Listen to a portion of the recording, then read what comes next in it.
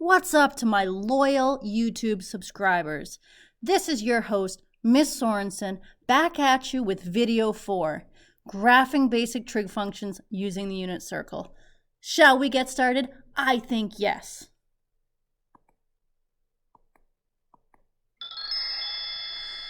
Right here, we're being asked to graph sine x. And as a reminder, sine is our second coordinate here.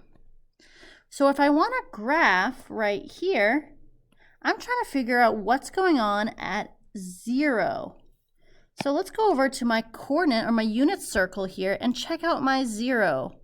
What is my coordinate for sine when I have 0 as my radian? Well, that's going to be, my sine is here, so I'm going to have the coordinate 0, 0, meaning when my radian is 0, my sine is 0. Let's go ahead and plot the point 0, 0. All right, next up, we have to now look at pi over 2. Obviously, pi over 2 is right here, and we have a sine value of 1 when we have pi over 2. So let's go back to our pi over 2 and let's plot our point 1. Next up, let's go to pi. Here at pi, our sine value is going to be 0, our second coordinate. So I'm going to go ahead and plot my 0. And at 3 pi over 2, my second coordinate is -1. Let's plot that right here. Last up here, we're going back to 2 pi, which is the same thing as a radian of 0 here. And so we're going back to our second coordinate. We're back to 0. Try to do your best to curve this graph. I don't want to see any V's. Just like that.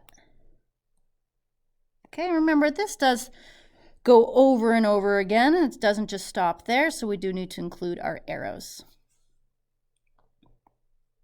Okay, let's graph cosine x. Now cosine is our first coordinate. So let's look at the cosine of 0 is going to be our first coordinate here is going to be 1. So go ahead and plot that here. Now for pi over 2, my first coordinate is 0. Right here, pi over 2, coordinate of 0. So I'm going to plot that here. Let's check out pi. For pi, my first coordinate is going to be -1. Now going down to 3 pi over 2, I've got a first coordinate of 0. So I'm going to write that 0 right here. And then lastly, we're at 2 pi again. Same thing as our start here. We're going to end up back again at first coordinate of 1. So right here. Again, please don't make this a V. We're going to curve here. There we go. And I think I need to make that a little bit more rounded at the start, just like that. Don't forget your arrows because this does continue on. All right, moving on to tangent. Tangent is by far the hardest. Okay, so what we remember is that tangent is equal to sine over cosine. So I think it's time that we go to our main coordinates here, the ones that we can easily do sine divided by cosine, and let's divide them right away, just from the start, and then we can deal with the graph. All right, right here, if I do sine divided by cosine, that's 0 divided by 1, that's going to give me a 0. I can also divide these two pretty easily as well. What's root 2 divided by 2 divided by root 2 divided by 2? That's 1. All right, let's do this one. What's 1 divided by 0? Sine over cosine. That's going to give me 0. All right, going over here. Sine over cosine is going to be root 2 over 2 divided by a negative root 2 over 2. That's going to give me a -1.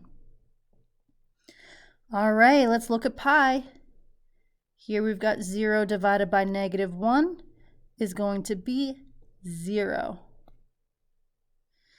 All right, let's take a look at 5 pi over 4 here. A negative divided by a negative, same number here. We're going to be ending up with 1.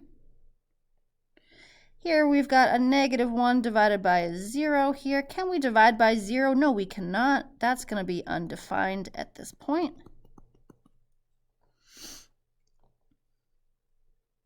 All right, and then here, I just realized we have a mistake up here. Let's go back. You might have recognized that. If I have sine over cosine here, we're going to do 1 divided by 0 and 1 divided by 0. That's undefined as well. All right, going over here. √2 divided by 2 divided by a negative √2 over 2. That's going to give you a -1. So let's go ahead and let's graph these points. So I'm going to graph my zeros first. Looks like we've got a 0 at pi. And it also looks like we have a 0 at 0. And obviously that would be at 2 pi as well. And you can notice here we've got a pattern. It's just every other one in this particular example here, or every pi if you will. And we're going to go ahead and draw those in. All right, next thing I'd like to do is go to my undefines. My undefines are where I'm going to have a vertical asymptote because I cannot have that value there. So that's going to be at both pi over 2 and 3 pi over 2. So here's my pi over 2 and my 3 pi over 2. And notice this is also every other pi.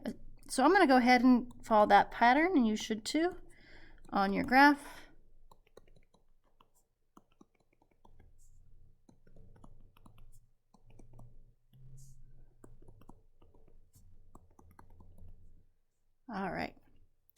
All right, now let's go ahead and go to our pi over 4. Our pi over 4 is actually located right in the middle here. Let me grab my laser. Pi over 4 is approximately located right here. That's a pi over 4. So I'm going to plot that value, and you can see my pi over 4, I've got a 1. So I'm going to go back here, and my pi over 4 is going to be at 1. All right, let's check out another one. Let's check out 3 pi over 4, which is actually going to be located here. So at right here at 3 pi over 4, I'm there. And then next up, I've got a 5 pi over 4, which is actually here, and I'm located at 1. So that's right here.